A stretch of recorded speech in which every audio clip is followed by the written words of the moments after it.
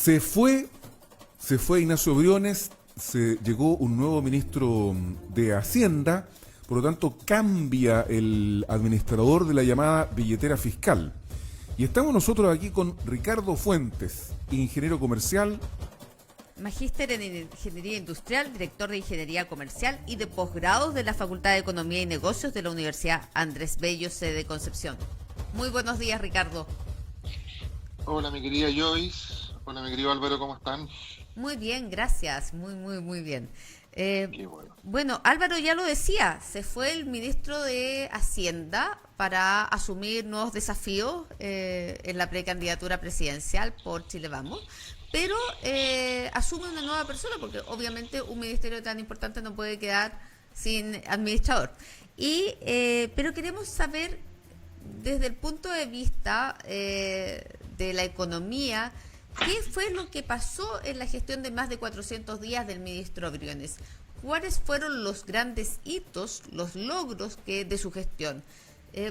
O los hierros. O también los fallos y los desafíos pendientes. Entonces, entrando en materia directamente, Ricardo, ¿cuáles son, a juicio de los economistas, los logros que se pueden reconocer en la gestión del exministro ya Ignacio Briones? Mira, yo creo que marca una diferencia con el estilo de los ministros de Hacienda que hemos tenido. Recordar que esta cartera debe ser la cartera con menos rotación dentro de todos los ministerios desde la recuperación de la democracia. Era muy tradicional que los ministros de Hacienda partieran y terminaran un mandato con el presidente, digamos. Claro. Y este cambio se viene dando desde la presidencia de Bachelet II, esta rotación de ministros. Briones es el cuarto ministro que cambia en la historia desde la vuelta a la democracia. Y yo creo que los principales hitos tienen que ver con su capacidad de diálogo. Recordemos que él asume 10 días después del estallido y tiene que en el corto plazo tratar de entender las demandas sociales con un gobierno, entre comillas, muy colapsado, y empieza a sacar temas adelante de forma rápida. Llega a acuerdos importantes, por ejemplo, en ese entonces, para el presupuesto 2020, para el presupuesto 2020 y para la reforma tributaria. Entonces, si nos vamos a hitos, eso, llegar muy bien, de buena forma y alcanzar acuerdos con la oposición. Luego hay un golpe duro que tiene que ver con, bueno, yo creo que la gran queja y el debe fue, y él lo reconoce, de haber llegado tarde con las soluciones por parte del gobierno. ¿Para la pandemia? Sí, yo creo que ese fue su pasivo en este. Hablando en términos de balance económico, los activos y los pasivos, ya. En términos de rapidez, y yo creo que el 10% fue el primer conflicto. Él no, evidentemente lo dijo por todos lados que no estaba de acuerdo, pero este 10% se debe precisamente a esta tardanza. Oye, Ricardo, pero hablando digamos, respecto de esta primera crítica que haces tú, hay que recordar que el ministro Briones ofreció los primeros bonos, ¿no? Y los primeros bonos, el primer bono que ofreció fue de 60.000 pesos, decreciente. Sí. Entonces, yo creo que ese no fue un error, fue un condorazo, porque eso significó la demora en la asistencia a miles de personas, y estableció una vara que al gobierno le costó después muchos meses reconocer que se había equivocado, que había calculado mal el tiempo, que no sabía, se decía, no, esto va a ser, mira, 60, 50, 45, no me acuerdo cuál era la proporción, claro, porque iba a durar 3 meses nomás. Entonces, y bueno, y después yo agregaría a este análisis, que es más bien político en realidad, no, pero la economía está muy vinculada con la política, creo yo. Es esta soberbia, ¿no? Y digo soberbia por la forma en que él expresaba de la oposición al retiro del 10%. Además, con ciertas visiones apocalípticas que podrían derivarse del retiro del 10%, que desde el punto de vista de las personas, de los seres humanos, los comunes y corrientes, como el ministro que en ese tiempo andaba por la calle, andaba en metro, después no pudo seguir andando en metro, por algo le pasa eso. ¿Ah? Resulta que no se han visto estas repercusiones que eran tan nefastas para la economía, el país se derrumbaba, otros hablaban de república bananera, en fin, qué sé yo. Yo creo que ahí hubo soberbia en el ministro Ignacio Briones. A mí me gustaría hacer un contrapunto contigo, Ricardo, si me lo permite, respecto de esta supuesta capacidad de diálogo del ministro. El ministro finalmente no dialogaba. El ministro se oponía y se opuso tenazmente al primer retiro, al segundo retiro, y lo hizo hasta el último momento y asumió el costo político de eso además. Eso hay que reconocerlo, porque nadie más en el gobierno lo hizo. Lo que sí, que a lo mejor la capacidad de diálogo está más bien dada por el mundo empresarial, donde sí tuvo y con algunos dirigentes políticos, con los que sí dialogó buscando algunos acuerdos después de haberse equivocado. Ahí eso sí que se lo podemos reconocer. Ricardo, y de lo pendiente, ¿qué es lo que le quedó pendiente en su gestión a este señor Briones? La reforma tributaria. La reforma tributaria, pero sobre todo la reforma de pensiones. La reforma de pensiones que era uno de sus banderas y de su trabajo, y por lo cual él se oponía al retiro del 10%, porque decía que iba a ser inviable todo el trabajo, ¿cierto? Sí. La gran tarea pendiente es la reforma de pensiones. De hecho, era me atrevería a decir que es el gran proyecto, luego el estallido social, que abraza este gobierno. Y definitivamente, desde su coalición hasta la oposición, es lo que le cobran, el retirarse por una carrera presidencial y dejar, entre comillas, votado ese proyecto, digamos.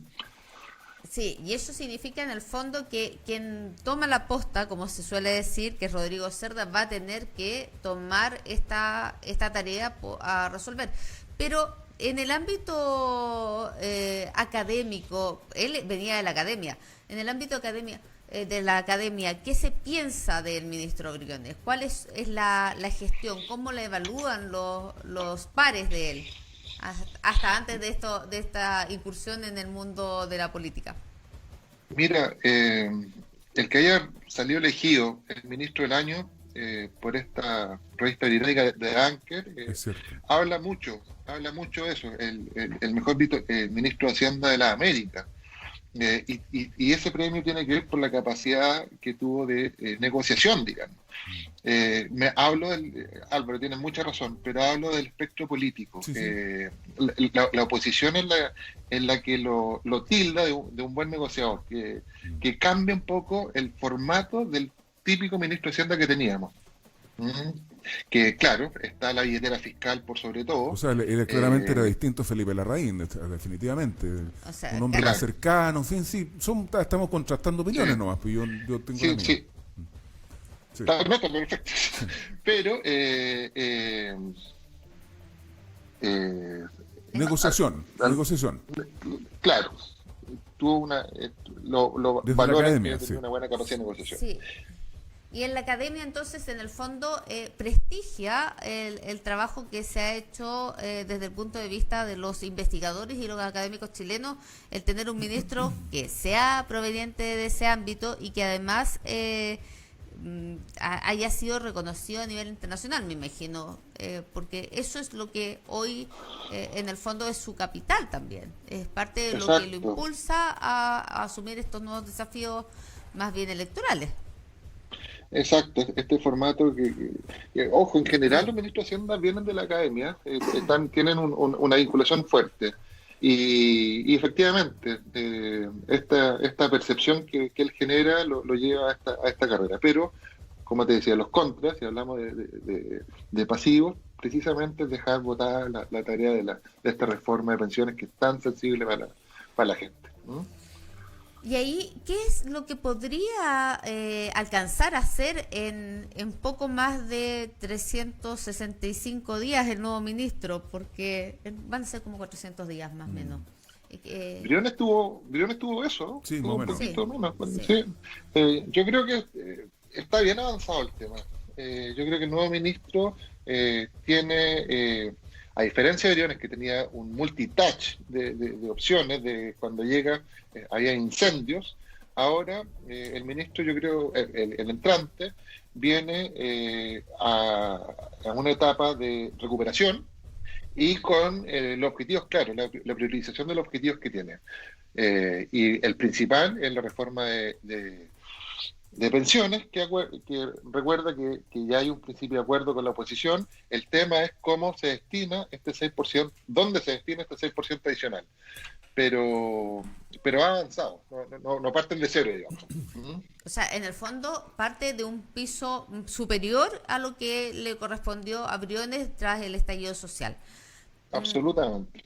Y desde la región, ¿cuál es la mirada que hay respecto de esto? Porque nosotros esto lo estamos mirando en un nivel bastante macro, a nivel país, pero desde la región, ¿qué piensa la academia? ¿Qué piensan ustedes como economistas, como colegas de los ministros o de los economistas de Santiago, sobre lo que debería abordarse a nivel regional? Yo creo que tienen que abordarse precisamente a través de esta nueva reestructuración que viene con el nuevo formato gobernador regional, etcétera, los temas regionales. Si bien, como tú dices, lo macro está bien establecido en términos de demanda y las soluciones también están más sociabilizadas, yo creo que tiene que ver con las demandas locales. El fuerte énfasis, el link que puede hacer esta nueva autoridad de gobierno que van a salir electas, tienen que precisamente salir a luz las demandas propias de la región. Las demandas propias de la región. Interesante. Eso nos va a dar para otro tema seguramente más adelante. Ricardo, muchísimas gracias nuevamente por haberse encontrado con nosotros esta mañana, por ayudarnos a hacer más comprensible la realidad económica para las personas que no necesariamente conocemos el tema y por lo tanto entender cuáles van a ser los desafíos de este nuevo ministro que asume hoy, que es el señor Cerda. Así que aquí estamos. Muchas gracias, muy buenos días. Un día exitoso, provechoso para ti. Buenos días, un abrazo. Igualmente. Gracias, Ricardo Fuentes.